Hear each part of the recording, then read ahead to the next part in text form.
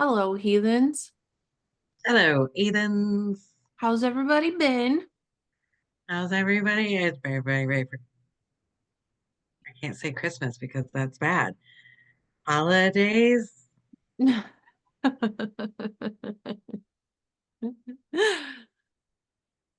uh, excited for the holidays. for the holidays. Happy holidays. I just ordered everything on Monday. I was Oh, like, yeah, I ordered because, you know, shit's a little tight sometimes and you gotta like pace yourself. But I was like, I gotta do this before I do this, and then I can do this, and then everything, then I can like. yes. Yeah, so I feel a little more accomplished. I think I have to get a few more things, but I think I'm done. That's so good. I slowly started buying things over, the past couple months. I will say that your gift specifically was very hard to find. There's one place that had it, and they sent it to me in this weird box. So I thought it didn't get delivered because it looked like somebody got a box full of postage, like stamps delivered. And I didn't look at it to see if it was mine. So then I was like, well, it said it got delivered like 5 days ago and I didn't know it got delivered. And like, I don't even know where this is at. I can't find it. Whoosh. It was right the whole time. The other day I It, walked in and I was like, damn, that package has been there for a while. And I looked and I was like, yeah, that's for me. That's for me. Okay. Actually, I found it. Like, good I Lord. fucking love that, dude. I was like, oh man. My mind Good said, yeah, I didn't order Lord. stamps. That's not for me. I didn't order that. Who ordered stamps? A lot of stamps. It was a whole box. I was like, damn. Yeah, I got like Oh, that. two more things to get, and my wrapping paper gets delivered today, so I can start to get things wrapped. Because right now I have a nice, hefty pile of boxes full of stuff over on that side of the room, Yep. I do too. It's all over there. and I'm like, yeah, it'd be nice when that is all wrapped up and ready to go and out of my bedroom. Mm-hmm. That would be nice. How did everybody do? I wish we could talk to you guys in person because I always am curious how people did with Mercury retrograde and the full moon in Gemini ending that. Oh, Holy crap, man. it was a lot for me, as you well know. There's a lot of like communication issues, like dealing with others and like just constant like stuff coming up where I was like, what is happening? And then I'm Yeah. like, oh my God, we're in Mercury retrograde. Well, then the full moon hmm starts hitting and then it ramped up even worse. And I was like, And okay, they're both ruled by Mercury too. So it's both communication, travel. I saw a ton of cars. I even had car trouble. You've had car trouble. Like it's it's wild when you start putting all this stuff together and you can see it in real life happening. Because, half these people don't think about Mercury being retrograde or the full moon or anything, but you're like, car, car, car, car, car. Like, there's so many broken down cars. like the full moon for me brought up a lot of things with others where they were really telling me their true intentions and their true issues, and it was hard, but it was also so good because it was like this is what's supposed to be happening because we are in the full moon or in Gemini, and I was like all this stuff is coming to the surface for you to be able to release it during this time, and it was like I was thankful but also not, if that makes sense. Yeah, yeah, So I was like, good God, I just, it was a lot. I agree. Show was a lot. But I will say on this end of it, I am so grateful. I have found huge, for the first time in my life, I can actually say this like confidently, is I have true like spiritual allies that want to work with me and like did me a solid. And like I have never. been moved by the spirit world in that way before. Not to that capacity. Do you know what I mean? Like it was um it's been that part has been really, really good and it makes me feel really, really good. Like, Yeah, that's fucking cool, dude. hmm What a cool thing to be able to say. it's wild because there when you're stuck dealing with something that you necessarily can't fix and somebody comes up that's like a little weird and you're like, ah, and they're like, no, no, I got you. Come here. And I'm like, oh my God, you're amazing. Like it's a whole thing. It was really, really good. So trouble we went through, it worked out way better than I could ever have imagined it. Yeah, that's how I've been feeling too, where I'm like, it's just the end of it and that other side of it. I'm like, God, thank you so much, universe, for everything. Like it in the moment you're like, why?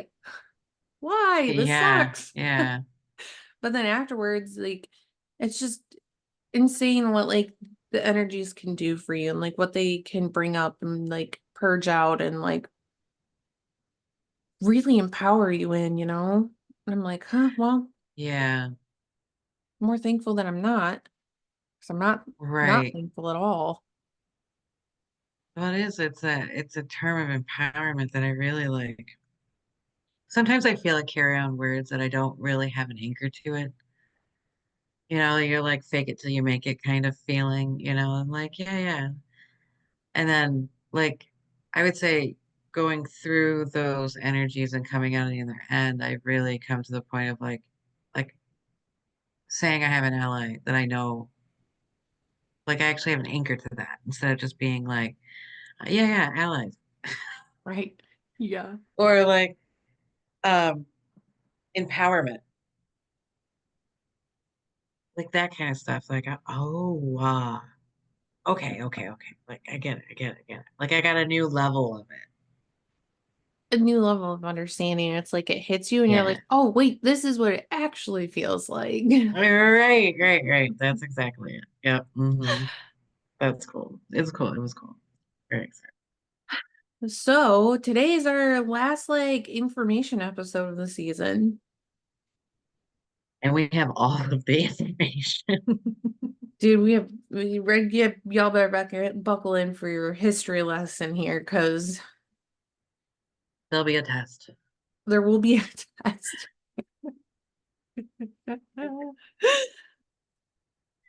And it's not gonna be multiple choice. Nope, it's gonna be an It's- open-ended question. That's Good luck, yeah. friends. Good luck and go. Yeah, right. Yeah, today we're talking about a history of what the history of witchcraft is what I should be calling it, not a history of witchcraft. But I have the history of witches. hey, there you go. That's witchcraft witches. I feel like mine went more towards witches as well because it's kind of hard to you can't really have witchcraft without having a witch. That is a fair statement, ma'am. Can't have a witch without having Fair, witchcraft. because then you just have crafts. The crafts makes the witches. The witches make the crafts. The witches makes the crafts. Which one came first, the egg or the chicken? It's kind of like Oh, I have an answer for this. I kind of had a feeling you did. Let's hear it. Okay, I thought about this and I was like, it had to have been the chicken first because the egg requires attention and warmth and somebody to sit on it and all that kind of stuff, right? Mhm. So that's my theory is the chicken came first. That would be my argument for this. The witch came first. Mm-hmm. Because you wouldn't have any crafts. The crafts didn't make themselves. Yeah, how are the crafts going to get to here? They have to come Yeah, through a emitter. emitter. Emitter. Well, yeah, Yeah. we're gonna submit that one in for dictionary stuff. Yes, that should be a quotation often used. An Emitter. emitter. Okay. So, do you want me to start? I'll run it. Okay. So the history of witches.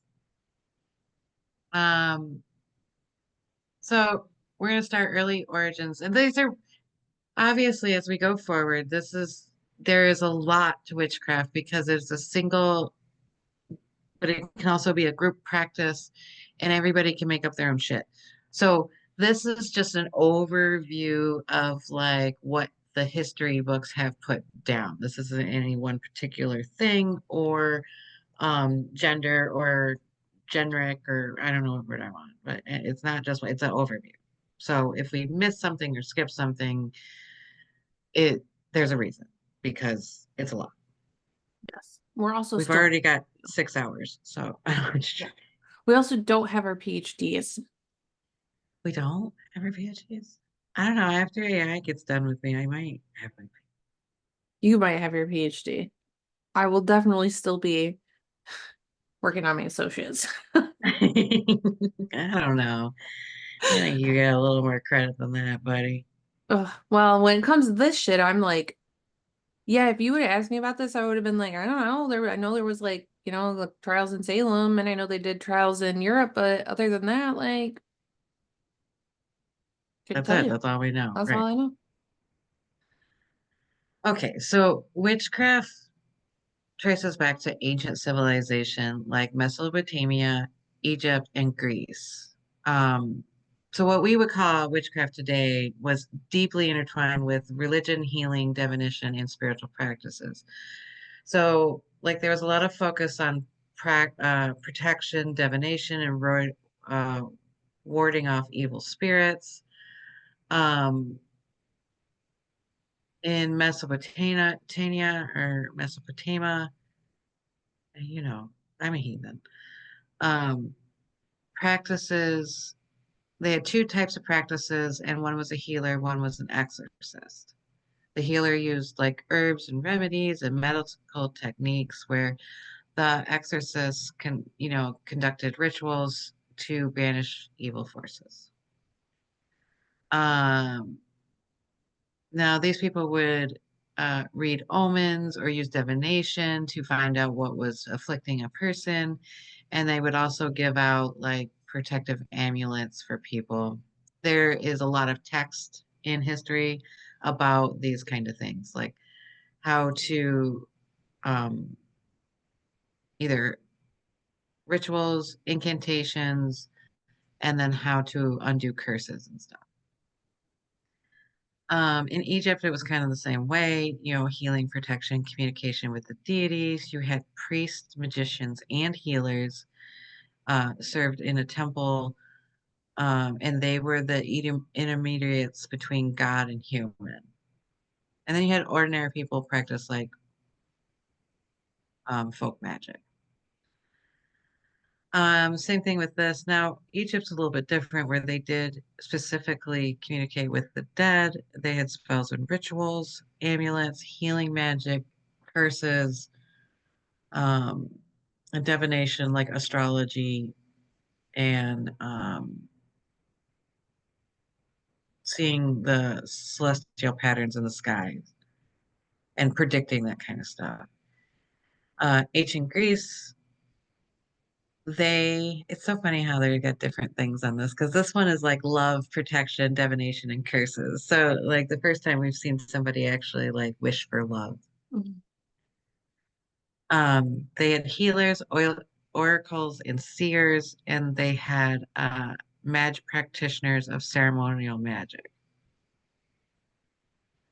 This is what influenced the Eastern traditions.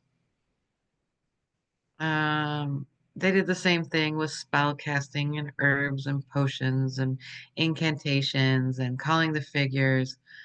Their gods really, I think, still are very strong these days, like Hecate, Hermes, um, Zeus. The Greek gods are definitely, well, I think, at least in my area, I feel like they're very strong.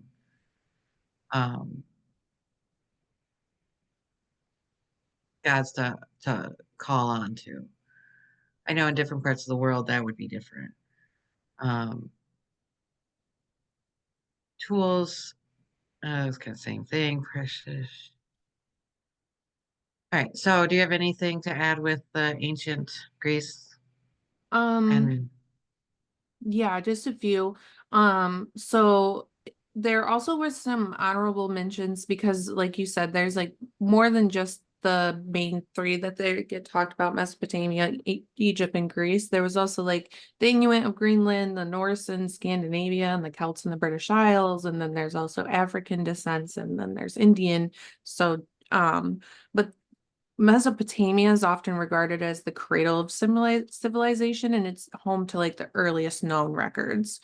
So Mm-hmm, that's like the Sumerians, the Akkadians, the Babylonians, and Assyrians were all in that area. mm-hmm. And I also had that the Mesopotamians' understanding of the cosmos, their relationship with the gods, and their efforts to influence natural and supernatural forces through ritual practices laid the groundwork for what would later be recognized as witchcraft. So a lot of that has been taken, regurgitated, and changed for the modern world. Yeah. Mm-hmm.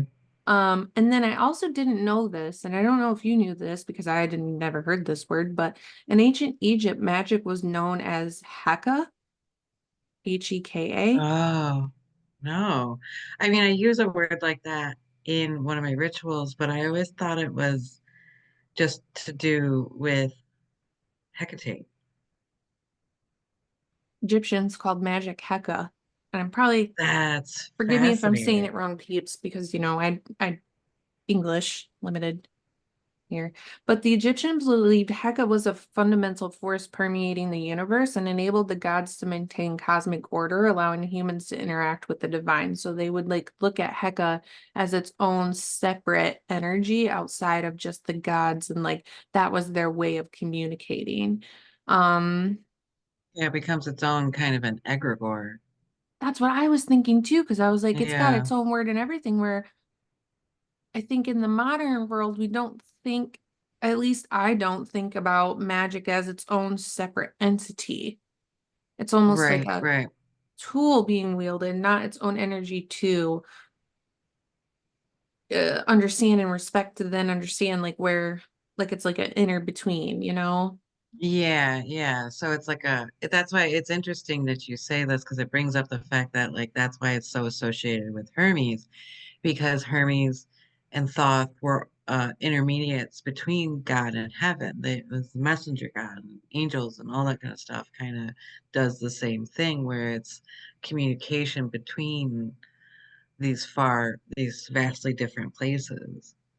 That's such a good way to think about it. Cause like, I don't know, putting an entity with like an idea for me helps me to think about it better. Cause you're right. It's such a good way to look at that. Mm-hmm, mm-hmm. Wow, that's fascinating. No, and Um, I think you're saying it right. Haka, like I said, I've heard that word. I've used it in a ritual, like, I know. but it was weird because I was only associating with like a shorter version of Hecate because Mhm. that's all I have to go off of. So, thank you for that because that really like helps You're welcome. I liked broaden it. my horizon. I liked it too because it gives me, I like that you put it with Hermes because it gives me an even better understanding of it. Because sometimes like the idea and the concept comes in and you're like, okay, I kind of get it, but you don't fully form the idea or fully be able to put things with it that make it make more sense. Because sometimes Mm-hmm. magic, again, we've talked about this in past episodes about like why it works and where it comes from and everything. It's literally like starts in your imagination and it's like, but we don't even understand like what that looks like, because we can't put it in our Yeah. hand and see it. So Right, that's right. a good one. The only other thing I have right here before you move on is that the Greeks' emphasis on rational inquiry and their fascination because they were a big culture around philosophy and like religious heritage. And Mm-hmm. like their fascinations with the mysteries of the natural world led to a really complex understanding of magic. So they branched into it further, and one that encompasses both divine intervention and human agency. So their ritual spells and divination practices became like really fundamental elements of later magic practices, particularly during the Hellenistic period when Greek culture started spreading across the Mediterranean and on. Okay. So like them being the philosophers they were, they really helped to like branch it for people even further. Yeah, it's amazing because when you start to think about these cultures, being like alone in the world kind of thing, or our spotlight wasn't as big at that point, because obviously they weren't the only people, but like, I don't think we'd have to look at dates anyway. Um,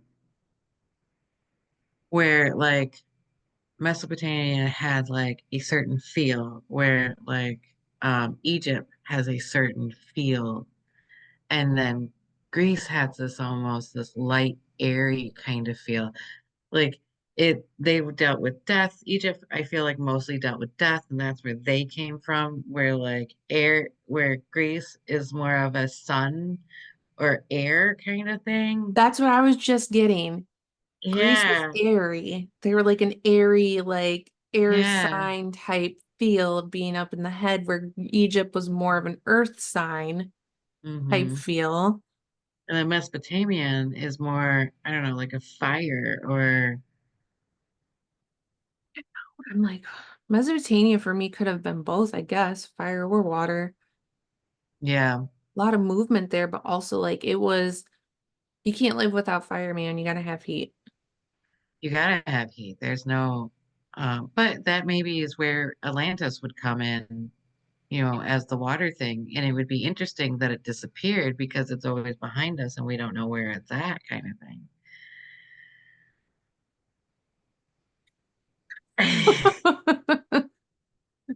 Yeah. Wow. Well, Mind blown. Yeah. Uh-huh. That makes it just, wow. Yeah, I'm so gonna have maybe to, we'll have to do a thing on Atlantis. I think we might be doing that next year. It's definitely on the list because that just made so much sense putting like the elements with it too. Cause like, holy Hmm. crap, dude. Oh, yeah, Atlantis is on the list. Okay. Well, maybe we'll revisit that one. All right, so witches as spiritual figures in many pre-Christian society, witches were revered and m- mediators between the physical and spiritual world. These people were your midwives, your healers, your anything you didn't want, they could transform or transmute that kind of energy, whether it's physical or emotional or that kind of thing. They were helping people with folk magic to change their lives. But then we go right into the rise of Christianity. So the shift to demonization. So with the spread of Christianity, the practice outside the church was sanctioned religion was labeled as a either pagan or heretical. There we go. I had to get my head right. Uh, Witches became associated with devils and worshiping the devil and all things bad. So plagues and famine and anything that caused strife in the human world. Um, and it was one of those things where Christianity wanted to be everywhere. It wanted to consume the whole earth.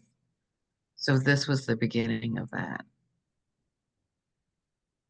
Um, there was an early, well, Christian texts like this condemned beliefs in witches as superstition, but acknowledged the fear of witchcraft. So they were also saying that witchcraft wasn't real, but they also were like, fear all witches. And this led to, there was a couple passages, thou shalt not suffer a witch to live, were interpreted as an outright command condemnation of witchcraft. Um, which the translation in this, there's a word, but I don't know how to say this word. So basically, when they said witch, the translation, it was translated to witch, but really it could have been sorcerer or magician or anybody that practices magic in a in defiance of God. That's really what, when they say witch, they mean anybody that's doing like, and I hate to say the word like black magic, but anybody that's causing harm or taking away somebody else's free will would be um, what the Bible is actually saying about witchcraft and witches. Mm. Anybody a defiant against God or defiance of God. Other scriptures against divination, necromancy, and uh, I don't idolology. No, I don't know. Ideology. Uh, yes, we'll go with that. I'll take that for 200. Thank you. The New Testament, early Christians associated with magic and sorcery with rebellion against God. For example, Simon Magus, Act 8, was command, condemned for attempting to buy spiritual power. Um, this it's funny because sometimes like you get into these things and you're like, well, yeah, duh, you don't buy a spiritual power, you earn it, right? You can't just buy stuff. But then it almost gets simpled down or reduced to like all witches are bad Yep. and all magic is bad. Right. And it's like, no, it literally, the thing with magic is that you have to approach it with your true heart because it will show you your ass immediately. And that's why it ends up having a bad name is because you're not necessarily doing everything for the highest good. And you think, or you're trying to like, be like, no, no, don't look over here. Hmm. Don't, don't look over here. I'm good. I'm good. But then you're like, no, I'm trying to do this for greed, or I'm trying to do this for my well-being and fuck everybody else. Like, that's the kind of stuff that we overlook into witchcraft is that, and that's why people get their ass handed to them. Literally on a silver platter. Absolutely, because it gives no fucks. None. It will make you a better person.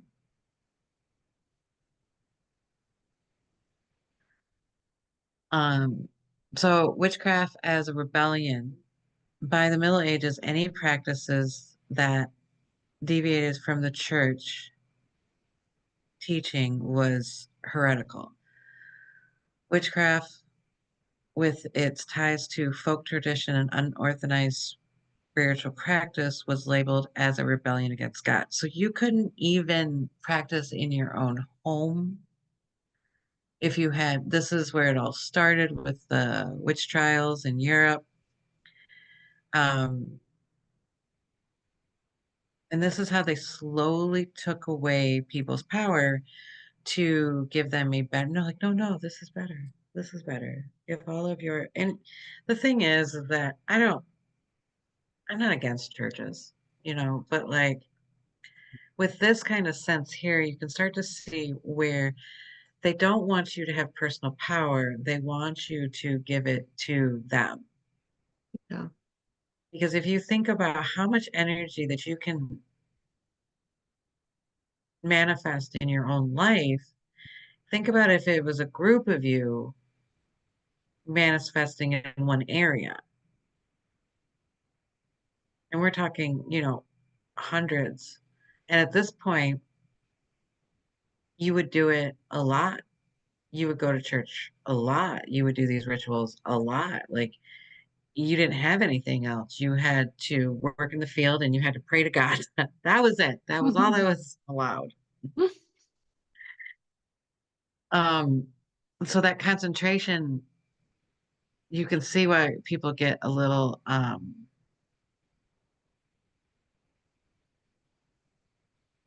greedy with it.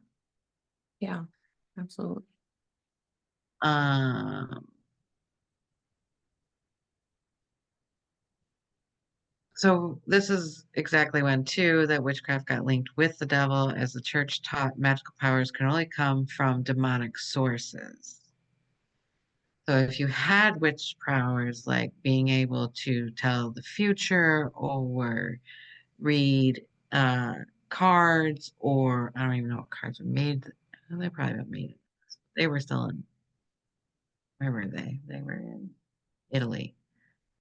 Um, so this is where you would get like, oh, you have a demon with you. And you can see where this ball starts to really roll into our history. Um, Really quick, you were right, by the way. The Rider-Waite deck was made in London in 1910.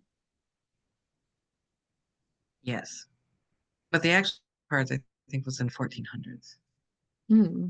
in Italy. Because the wider way, oh, your face froze. Oh, there you are. Oh, back. You're like, I was like, "Hmm, Um, so the groups that were targeted mostly were women, especially widows, healers, midwives, or often accused of witchcraft because they were operating outside the patriarchal system.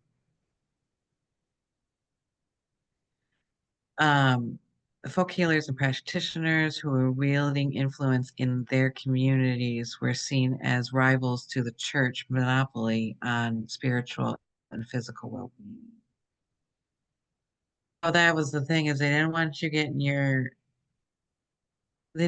you to look at anybody else in a sense of awe or somebody you would depend on. They wanted you to only depend on the church. So then after this, it was really easy to use witches as a scapegoat because of the Black Death and the social of evil. When, plagues come in or famine comes in, it's really easy to like, or if something bad happens to you, it's really easy to point that finger out to other people and say that I didn't do anything wrong. It's clearly a curse. And we right. even see this to this day of people like fucking up their own life and then going, somebody's clearly cursing me. Yep. And it's like, well, yeah, that's convenient for you, for like, but you didn't see the fact that borrowed $1,000, spent it on gambling, and now you're in the hole for 20. But of course it's a curse, right? Like, so that's the thing, is like this was the beginning of the scapegoat of everything that was bad and evil. And it's super easy because there's no black or white in it. This is a truly like gray area where um plus they could. They had the support and the numbers, and they could just come in and take you and call you a witch, even if you weren't one. Um, Crazy. I just, I mean, I can imagine it, but good Lord.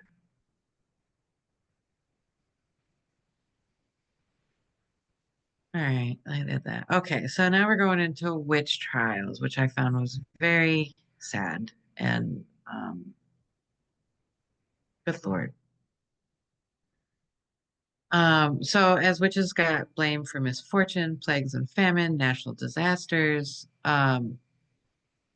which by the way, it's very convenient for them to be like, no, no, that's superstition, but yet we're going to kill them for this tornado. That's not, that's not how that works. Nope. The Inquisition, yeah, established the root to root out heresy, extended its reach to suspect witches. Actuation accusation,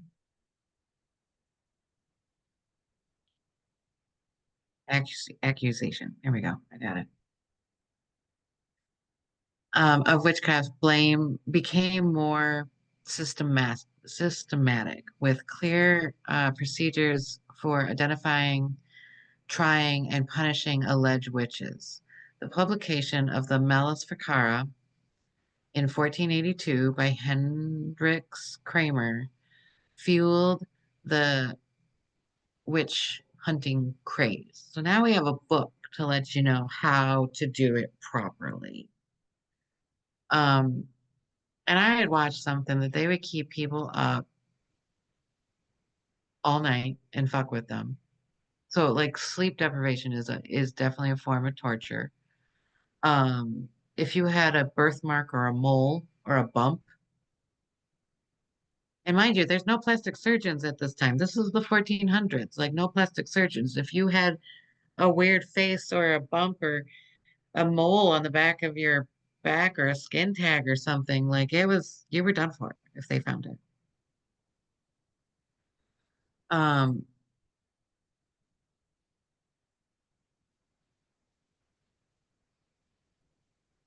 so the text defined witches as devil worshippers and outlined methods of how to identify them. Both Catholic and Protestant authorities used witch hunts to demonstrate moral superiority and strength, uh, their influence during this period of religious conflict. Thousands of women, most or thousands of people, mostly women, were accused, tortured, and executed in Europe, later in North America. In the 15th, between 15th century and 18th century, 40,000 to 60,000 people died. Women were 70 to 80% of that number, which makes it 30 to 48,000 women died. Yeah, fuck those women. So I was Good looking at the Lord. Malleus Maleficarum because I had on here too, it's called the Hammer of Witches. So I was trying to see like what Yeah. that means. But I just read though that one of the popular like influences was in this book was the sex specific theory that developed in it that laid the foundations for widespread consensus in early modern Germany on the evil nature of witches as women. Wow. Telling you, we are still paying for the sins of Eve. We will we will always be we will always be lesser because if Christianity believes that Eve made us fall or lose out of the paradise and we see that as a bad thing, we will always be lesser because we couldn't fight temptation if you look at it that way. Right. I'm like, okay. Oh, so glad. All right, where was I? Before I Get get on off my our soapbox. soapbox here. I know, right? Um, Largely due to social views associated with women with weakness and sinfulness and susceptibility to the devil. Women are viewed as morally and spiritually weaker, making them an easy scapegoat to societal fears.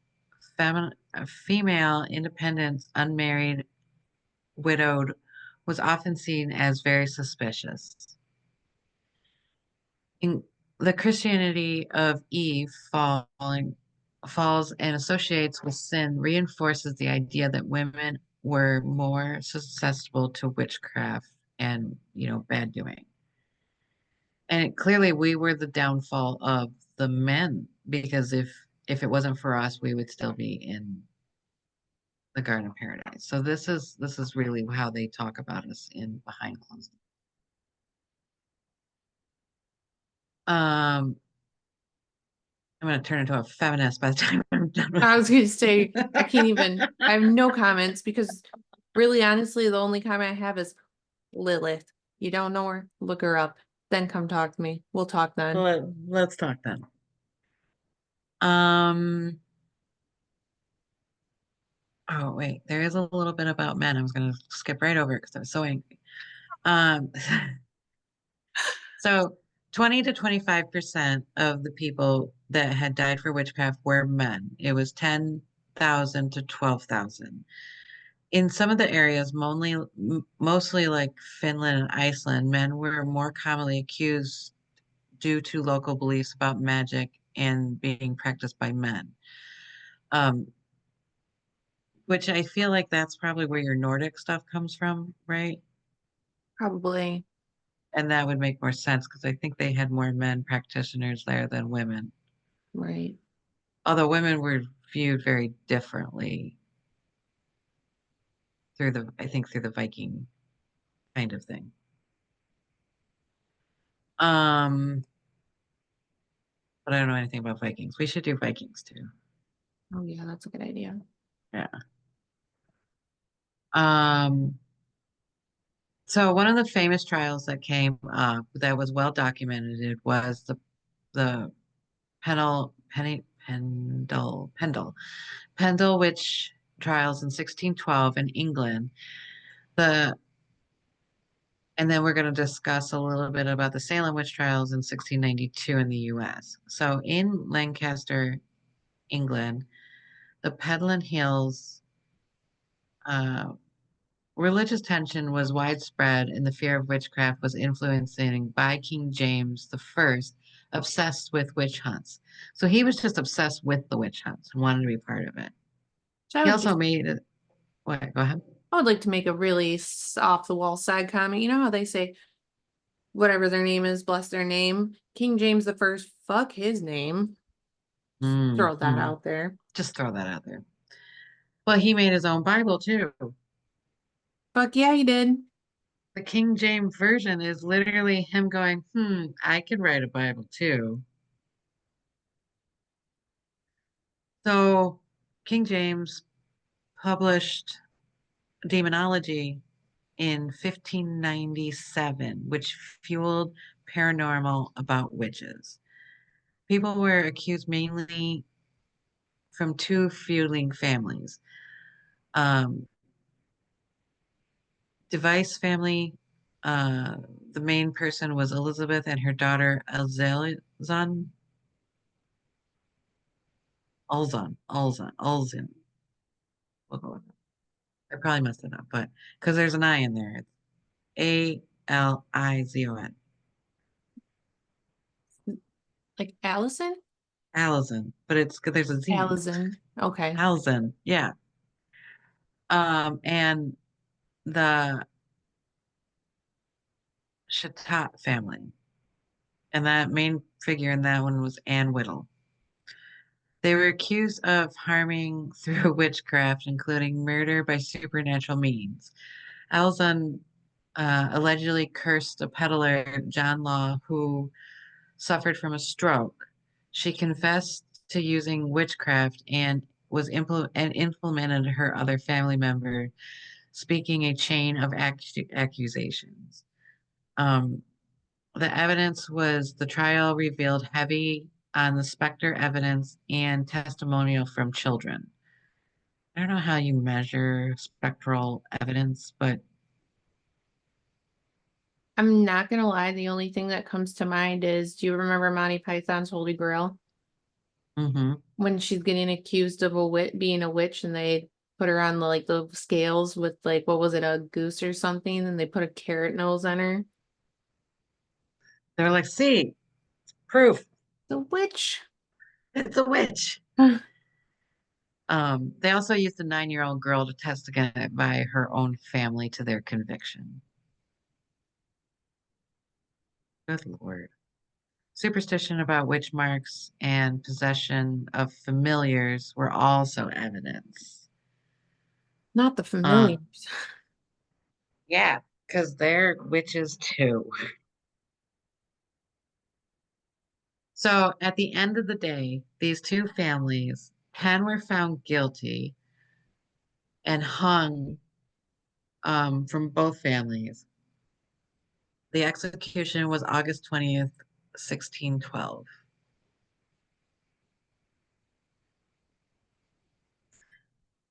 So if you want to learn more about that, look up Thomas Potts. He's the one that the book is by, and he's the one who took all of the notes or whatever. Good Lord. All So right. So I know we went over the Salem witch trials, but this is just going to be a brief run. So between 1692 and 1693, mass hysteria in America.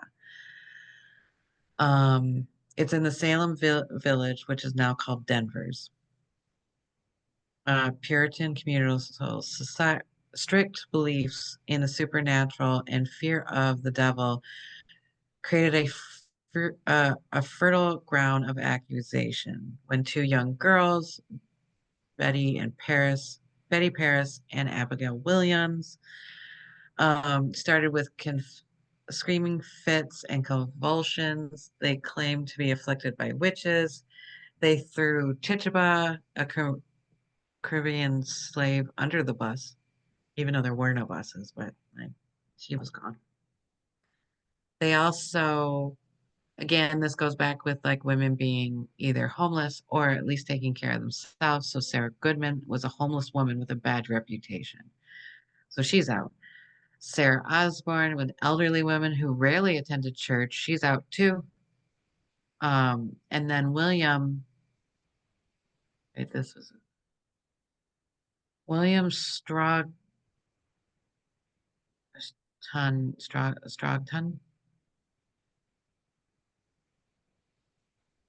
There's probably more syllables in that, but we're gonna go with them. You guys know who I'm talking. You're smart. Aggressively prosecuted the accusations or the accused. So that was the lawyer, the defense attorney. No, the other one. Accusation. Cotton Mather's was the minister in the trials.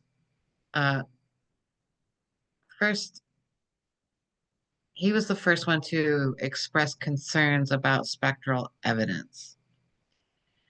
Tituba details confessed her about meeting with the devil. It fueled the hysteria as well. So they would lie, or maybe she was telling the truth. Who knows? But like, she is the only one that ended up leaving alive, too, by the way. She was the first one accused, but the only one that was left alive out of the famous 12 or whatever. And so this also, anybody that, voted on the side of them being witches and witchcraft being involved, it just was fuel to the fire. It just made them more like, oh yeah, that's it. Um, because these were all testimonies that you could prove nothing on. You had dreams and visions and spectral evidence, which again, I don't know how you actually get spectral evidence in this day and age, I should say. I know how to get it now. right. You had people at this day and age, you had people like come to the courthouse and be like, I am a witch. I think I'm a witch. Like they don't even know and they don't practice witchcraft. But yet, because of all this hysteria, they're like, I think I'm a witch. And they would turn themselves in. So 200 people were accused, 20 people were executed, 14 women, 5 men. Other people died in jail due to harsh conditions. Finally, the governor stepped in, William Phelps, halted the trials in 1693 when his own wife was accused of being a witch. Can I add really quick to the jails because I will never forget this when we went to Salem and we had can't remember her name, but she was a phenomenal tour guide. And she knew her shit. She got her degree in this, literally. She was telling us about the conditions in the jails in Salem and how basically the size of your jail could be as small as a 12 by 12, depending on how much your family could pay for, because your family Yeah, had to pay for you being in jail. yeah, And if your family didn't have enough money, you could literally have like a literal foot by foot, two by two. like Like space that phone you booth. to Yeah. stand in. I remember one No, of them being a really young child too. mhm. I think that both heart like that one will probably stick with us, you and I, for the rest of our lives because that one was like she was 3, I think. 2 or Yeah. 3. Yeah, and she was one of the ones with the smallest space because her family was so poor. And I will never Mm-hmm. forget that because that was like they literally tortured a child to where she could not lay down. She could barely Mm-hmm. sit because her family was poor and couldn't afford a bigger space for her to be put in jail. She's Mm-hmm. 3. Crazy town. Yeah. And I don't think she got out. By the time she got out, she was feral. Mm-hmm. They Yep, I couldn't remember keep that. her, they couldn't, there was probably some mental illness in there too. They couldn't keep her. There was no like, she was feral. She wouldn't stay dressed. She wouldn't stay in the house. She wouldn't they'd be find her in sheds and in places, tight places. And then finally she froze to death. Um, they found her in a woodshed, I think, and she was frozen to death. Like just awful. Awful. Terrible. This is a whole thing. Is like when you've got group hysteria like this, I can see where it would be hard not to be part of it because if you weren't part of it, you were against it. And if you were against it, you ended up like that. So like it's really hard to like stand up for people, not only that, but because you would have the same fate, really. But then what do you do? Do you just do you sell your soul? Or do you fight against it or do you die? Do you just like, it's an interesting concept to think about because like what do you do in that situation? Do you sacrifice your life for this? Is this what it's supposed to be? Which is a hard, like everybody says, like, yeah, I'm gonna stand up for somebody's rights, but like, hi, did you did you So, wanna if you guys want to look up the story of that girl, her name is Dorothy Good. I found it for you. Damn, you're right. We were still spot on. She was 4. We were 1 year off. yeah, yeah. Yeah, I was like, she was young. I remember She was that. freaking young. So the Massachusetts government apologized in 1967 and compensated the was paid to victims' families, which I don't think we hear enough of because not that that makes it right, by the way. All right, so now because of that sacrifice in America, then we got into enlightenment and decline of witch hunts because of the scientific revolution, 1700s and 1800s. As scientific understanding grew, the beliefs in witchcrafts were supernatural threats were diminished. Because now witches weren't um like if you got a sore throat, it wasn't, Nancy throwing, herbs at you. It was because you got a sickness. Like Yep. uh the witch trials decline, the laws condemned witchcraft were repealed in many countries at this point. And this is where at the beginning where you see like the start of the Golden Dawn and um, modern witchcraft in the early 1900s. The interest in magic and occult started to really thrive at this point, and really, this is the springboard where we stepped off of and started to really like grow. Um, yeah, late 1900s, the occult society in Britain practiced ceremonial magic, alchemy, astrology, and mysticism, heavy influence modern Western esotericism. Uh, Birth of Wicca in the 20th century, Gerald Gardner introduced Wicca in the 1940s and 1950s, blending ancient pagan rituals with modern spirituality. Wicca emphasizes the harmony of nature, ethical magic, and connection to the divine. This also fueled the second wave of feminism and witchcraft in the 1960s and 1970s. Witchcraft became a symbol of empowerment for women reclaiming their spiritual autonomy. Um, contemporary contemporary witchcraft. So eclectic and diverse practitioners, witchcraft, modern witchcraft encompasses Wicca, folk magic, traditional witchcraft, and other systems. Social media has allowed the spread of knowledge and creating a global witch community. And this is great. This is really how I have really like my little breadcrumbs started with like pop culture, like TV shows, movies, books that you could actually watch and read. And growing up with this stuff like Charmed and Harry Potter shaped the public's view of which is not being so scary or taboo. And it's actually becoming more, and that also has its downfalls. I mean, we just cleansed a house where somebody was dabbling in the arts in a graveyard. And like, Mm-hmm. so there are its drawbacks on it too. But um this is really great because there's a lot of like ways of empowering people without having to go to church Yeah.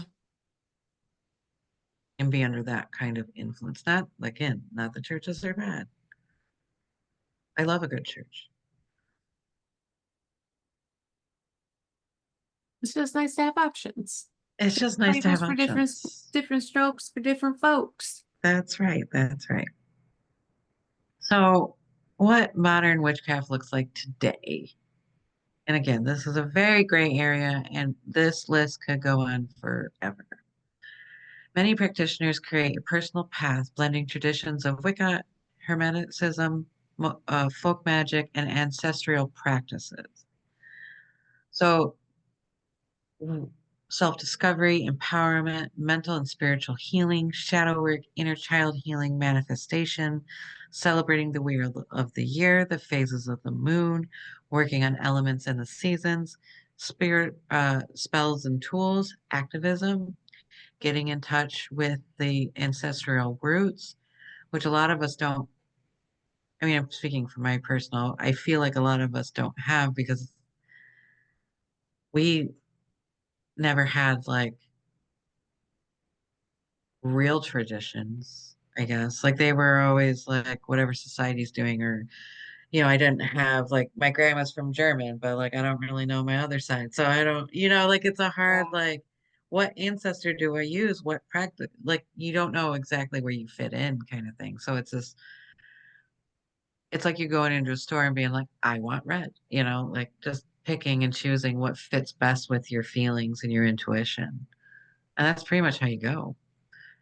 Um, Accessibility through TikTok and other tech like YouTube, um, braces gender inclusivity.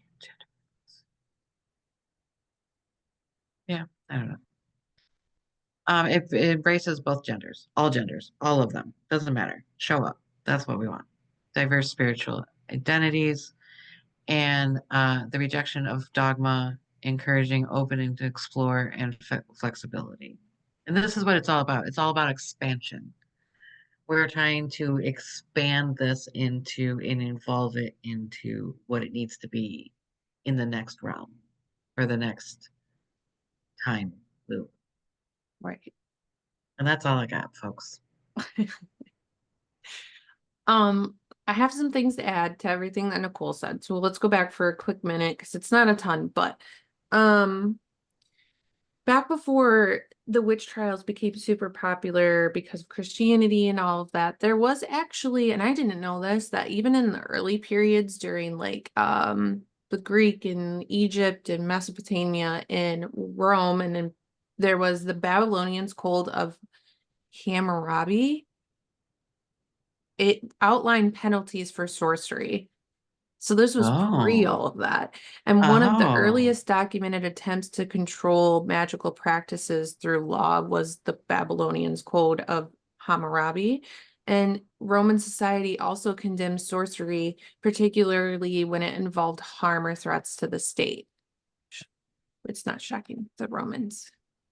Well, yeah, the Romans. But I was like, They wow, fell. what'd you say? They fell. They did fall.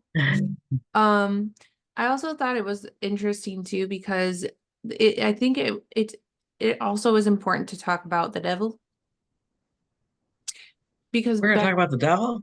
really just quickly we're going to touch on this. How dare us? Um, because the Goodness. devil wasn't imagined to be something that's considered a real or active force. It was like this being that would come and was like a beast or serpent or like some hybrid of a human or like an animal. And like his greatest feat was to like transmit his spirit into people and animals and objects just to bring destruction and wreak havoc. So the devil was believed to seek out the weak because they were seen as more susceptible to his influence.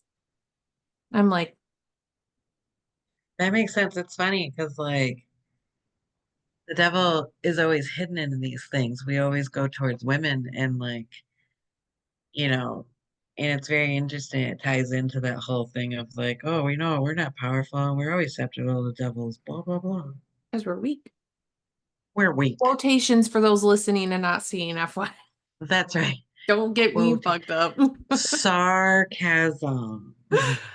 Um, I also didn't know this back in 1484 there was a pope before the king and everything. King James first, fuck his name. So I'm back in 1484, Pope Innocent the Eighth issued a papal bull, which was a public decree that condemned witchcraft as a form of heresy and called for the persecution of witches. And that was even pre the publication of the Maleficarum. And I was like, Mm-hmm. geez, Louise. I also found this little tidbit that I found was super interesting when it comes to King James the First, fuck his name. Of His obsession with witchcraft began with a personal encounter. Um, he was course. it was during his courtship of Anne of Denmark. A severe Oh, storms wrecked the fleets during when that were sent to bring her to Scotland, and James interpreted these events as the work of witches acting under the influence of the devil and solidified his conviction that witches could manipulate natural elements like storms as told as for destruction. see, he was going after a woman. His fleets were diminished by natural causes, by the way, and witches. It was witches solidified. We Escape. now believe in witches. Witches control the weather. Right. I mean, I wish I could control. I mean, seriously.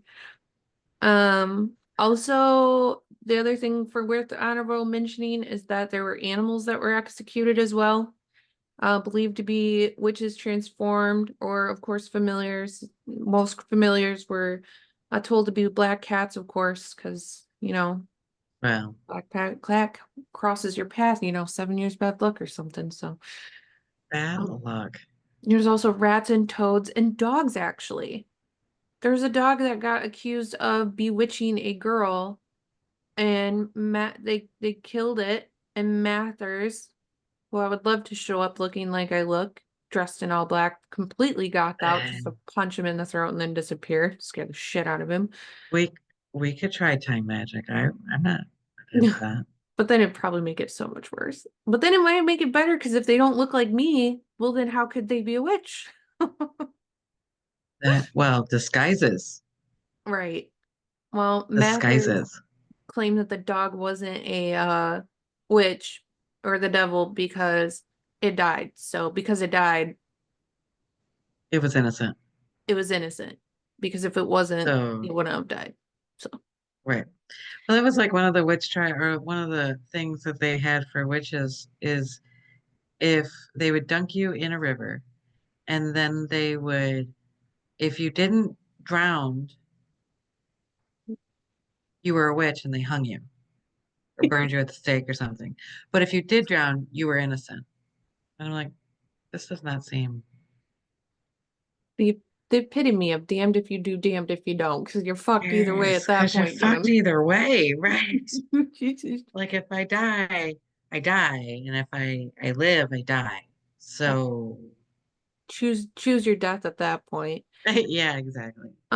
During the Salem trials and all that too is where a lot of our illustrations and literature come from that portrayed witches gathering in secret sabbats and like brewing potions and flying on broomsticks, and that created a lot of iconic images that we still use today. Um the Victorian era, that's what I wanted to add to your earlier about the 19th century. The Victorian era, a lot of interest was in the cult and spiritualism then, and that's where a lot of romanticizing came for witches. It's showing them as like mysterious figures connected to like forbidden knowledge. So there was like this Hmm. aristocratic thing that would happen that if you were a witch, you were desirable.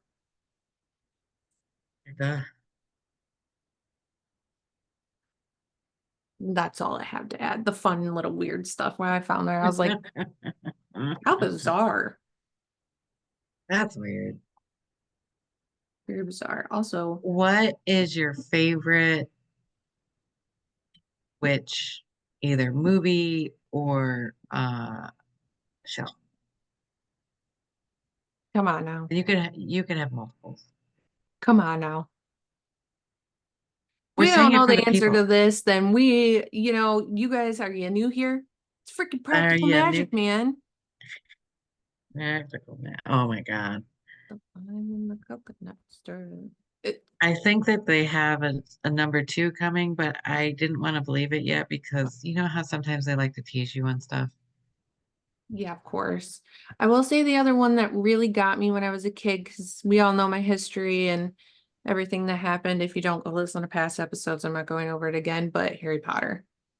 Harry Harry Potter Potter. as a kid was the coolest fucking thing in the world. And it was like also that's a lot of where I think my escapism really took root was because I realized how good it made me feel to watch that and imagine myself going to like Hogwarts and Yeah. Well, oh, especially like because you know you found Harry Potter in this bad family, and underneath the staircase, his parents died, and he was put there, and like, and then all of a sudden you're a wizard, Harry, yo, Wizard Harry. and then you Oh, had friends and like people that liked you, and it's such a great. God, I still am in love with like even Charmed. Charmed was such a great one for me, and even before that was Scooby Doo. oh, Scooby-Doo, hands down. Yeah, for Hmm. sure.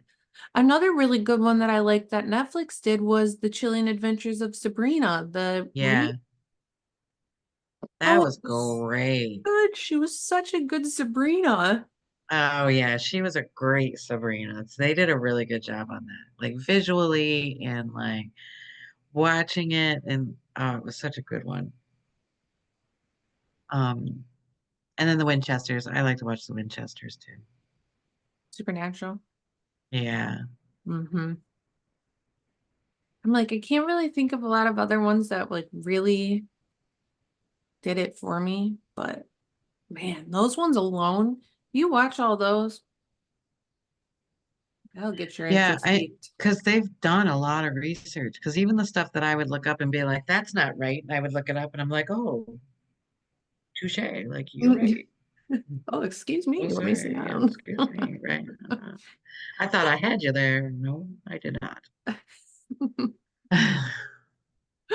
So those are really good ones to like watch. It's a very fantasy type of way of doing it. And like, Charm was great because it made it kind of dramatic, but like not scary at the same time and almost possible, I guess. And then because anything else is not really on the positive side of being a witch. Yeah. Like you have The Conjuring, and that was a witch, that was a bad witch. And like even your uh Oz and Wicked and all that kind of stuff. You have good and bad witches, which might help us. I don't know. Jury's still out on that one. I Mhm. haven't watched it, so I don't know. I do have one on my watch list I want to watch. It's the is it a Discovery of Witches or the Discovery of Witches? Oh, yeah, they just came out with that. It's really good. I mean, it's been out for a couple years, but like I really enjoyed that one because you had witches, vampires, and demons, but Mm. none of them were like the vampires didn't have teeth.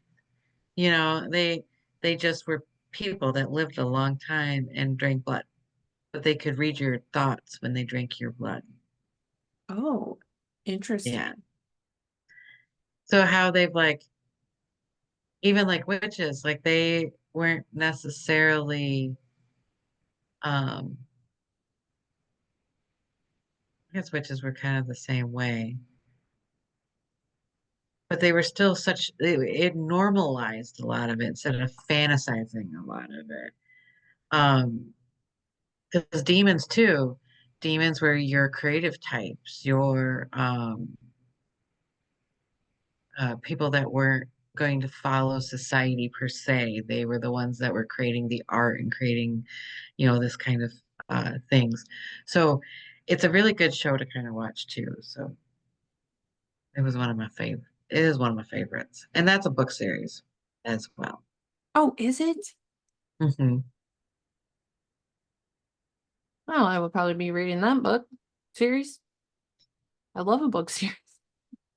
Yes, I think I'm gonna start on the Crown of Thorns or whatever that shit is because I'm into fairies now. A Court of Thorns and Roses. Hands down, my favorite book series I have read since Twilight. I have read it twice through already, and I will probably read it a third time in the future because I have not consumed a book series like that since Twilight. Well, I'm excited to get involved. Oh, I just bought it for my Nana too. I'm so So I'm excited. excited for her. I bought her the whole I only have the first one, but I bought her the whole set. So because I know that she'll devour it. Because we listened to, or I'm sorry, we read Brotherhood of the Black Dagger. She's on my list. I'm gonna buy the series one day because like I have to know.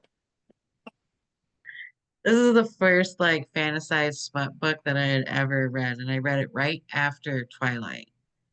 I remember at some point I was like in the mall because that's where I worked, and I'm reading it, and I was like, thank God nobody can read my thoughts right now because, good Lord. That's how you're gonna be with this book because it was like you'd be reading and I'd be like looking around and be like, woohoo, and I'd start laughing because I'm like, I'm getting fucking red-faced right now. I don't think, thank God nobody knows what I'm reading because, whoa. Oh, good. Well, we hope you guys have a great holiday, Christmas, Hanukkah, because Hanukkah's starting on Christmas. I just found out, and I think that's so. I don't know why it changes. There's a rabbit hole I need to go down. But I thought that was great. And any of the other Yule, any of the other holidays, I just hope that you guys are joyous and happy, and you find people that make your heart sing, and that's what I wish for you in this holiday season. And I concur. And with that being said, we'll see you guys we have one more episode of the year. It's our end year recap. We did it last year, keeping the tradition. So we'll see you guys in that episode. Bye.